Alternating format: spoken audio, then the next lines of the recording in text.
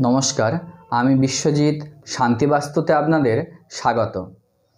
আজ নতুন বাড়ি বানাতে কিভাবে মাটি পরীক্ষা করব সে সম্পর্কে বিস্তারিত আলোচনা করব এবং যদি মাটিতে কোনো দোষ গুণ থাকে তাহলে কিভাবে তার প্রতিকার করব এই সম্পর্কে আজ আলোচনা করা যাক।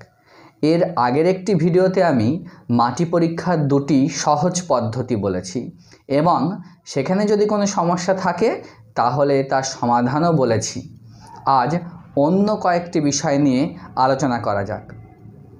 এই পদ্ধতিগুলো সাধারণত যারা বাস্তু নিয়ে কাজ করেন তাদের পক্ষে সুবিধা, সবাইয়ের পক্ষে এটি ব্যবহারযোগ্য নয় বা প্রয়োগ করতে অসুবিধা হতে পারে, কারণ তার আগে কিছু বিষয় শেখা প্রয়োজন আছে।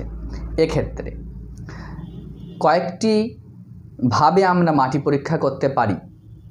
কি না, এক নাম্বার হলো যে মাটিতে বা যে ভূমিতে আমরা বাড়ি নির্মাণ করতে চাইছি সেই মাটিতে দেখব গাছপালা কেমন জন্মাচ্ছে। যদি সেই মাটিতে গাছপালা ভালো জন্মায় বা আমরা সেই মাটিতে কিছুটা অংশ খুঁড়ে তাতে আমরা কিছু সবজি বা অন্য কোনো বীজ ছড়াতে পারি, যাতে কিছুদিনের মধ্যে সেই মাটিতে কেমন ফসল ফলছে সেটা বুঝে নেওয়ার জন্য। এই একটা পদ্ধতি। যদি মনে করেন যে বারবার বীজ ছড়িয়েও গাছ হচ্ছে না, মারা যাচ্ছে বা শুকিয়ে যাচ্ছে, তাহলে মাটির প্রতিকার করা প্রয়োজন আছে বাড়ি নির্মাণের আগে। একটা পদ্ধতি, এটা সহজ, আমরা সবাই করতে পারি। আর একটা হলো মাটির হাত দিয়ে স্পর্শ করে মাটির অনুভূতি বোঝা। হাত দিয়ে মাটিতে স্পর্শ করে চোখ বুঝিয়ে অনুভব করার চেষ্টা করলে মাটির খারাপ দোষ গুণ থাকলে তা অনুভূতিতে ধরা পড়ে। যদি মাটিতে কোনো রকম দোষ না থাকে, যদি মাটি গৃহ নির্মাণের জন্য ভালো হয়, তাহলে আপনার মনে বেশ ভালো ফিলিং আসবে। কিন্তু যদি কোনো মাটিতে সমস্যা থাকে তাহলে আপনি দেখবেন আপনার ফিলিংটা বা অনুভূতিটা ভালো আসছে না। এক্ষেত্রে মাটির একাধিক জায়গায় হাত স্পর্শ করে আপনি মাটির অনুভূতি বুঝতে পারেন। এক্ষেত্রে কি না, সবাইয়ের পক্ষে প্রযুক্ত নয়, কারণ এই অনুভূতি বোঝার জন্য কিছুটা অভ্যাসের প্রয়োজন হয়। এছাড়াও আরেকটি পদ্ধতি হলো, সেটি মাটি কিছুটা তুলে নিয়ে ভালো করে মাটিটা ডলে মাটির গন্ধ অনুভব করা। মাটিতে যদি স্বাভাবিক মাটির মতো গন্ধ হয় তাহলে মনে করতে হবে মাটিটা ভালো আছে, ঠিক আছে। অনেক মাটিতে খুব সুগন্ধি পাওয়া যায়, সেক্ষেত্রেও মাটি বেশ ভালো। কিন্তু অনেক মাটিতে দুর্গন্ধ পাওয়া যায়, অনেক মাটিতে আষ্ঠে গন্ধ পাওয়া যায়, অনেক মাটিতে কাঁচা দুধের মতন গন্ধ পাওয়া যায়।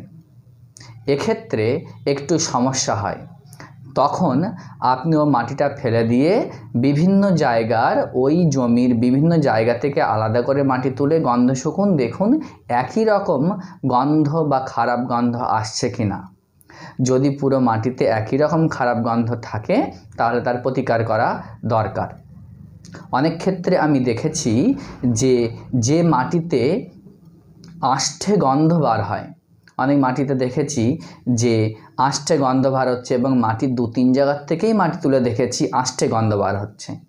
সেক্ষেত্রে গৃহকর্তার কাছে শুনে দেখি যে তারা হয়তো অতীতে ওই ভূমিতে বা ওই জায়গায় তারা বা তার বাড়ির কেউ সাপ মেরেছিল।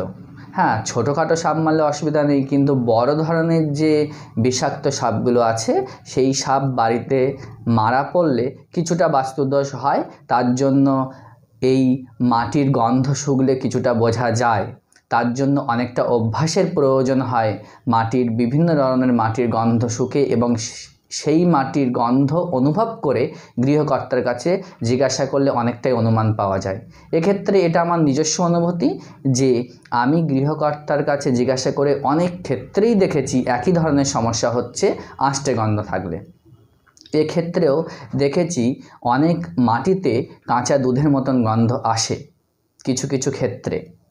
সেক্ষেত্রে গৃহকর্তার কাছে আমি জিজ্ঞাসা করে দেখেছি যে ওই বাড়িতে এর আগে কোথাও বাড়িতে গোয়াল ঘর ছিল বা বাড়িতে গরু ছিল, সেই গরু গলায় দড়ি জড়িয়ে মারা গেছে বা গলায় দড়ি থাকাকালীন মারা গেছে এবং তার শ্রাদ্ধক্রিয়া করা হয়নি। শাস্ত্র অনুযায়ী গরু, বাড়িতে পোষা গরু যদি মারা যায় তাহলে তাকে মানুষের মতনই শ্রাদ্ধক্রিয়া করতে হয়। তেমন যদি না করা হয়, মাটিতে অনেক সময় এমন গন্ধ পাওয়া যায়, কিন্তু এর প্রতিকার করা সহজ।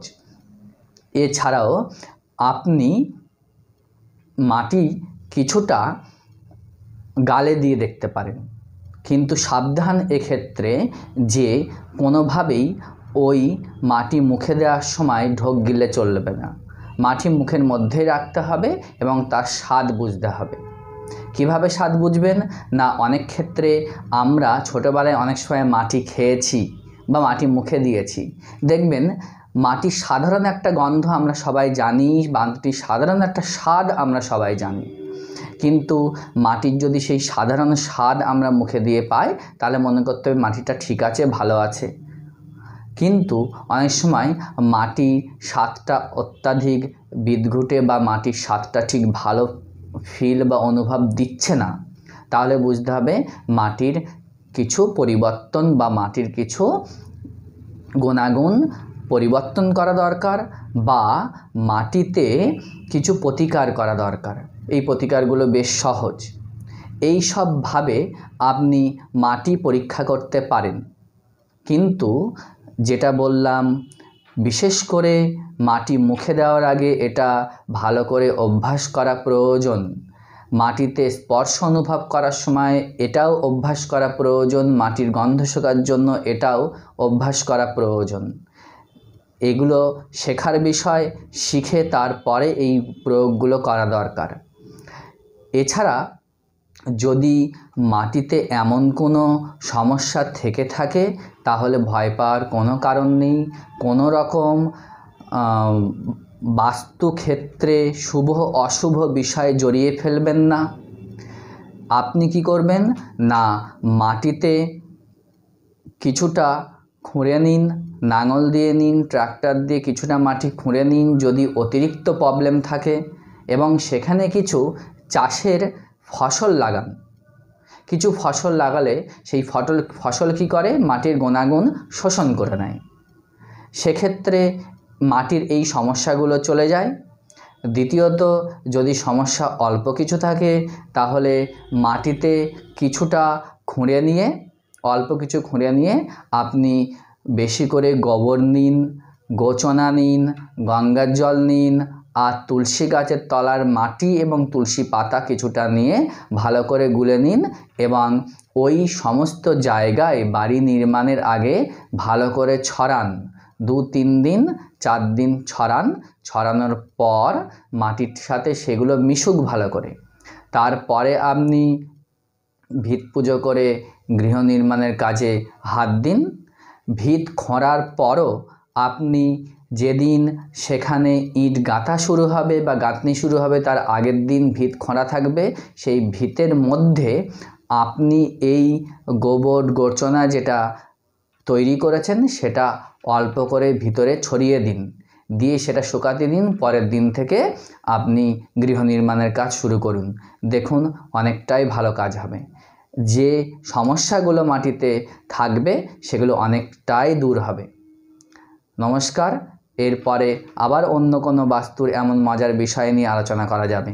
নমস্কার।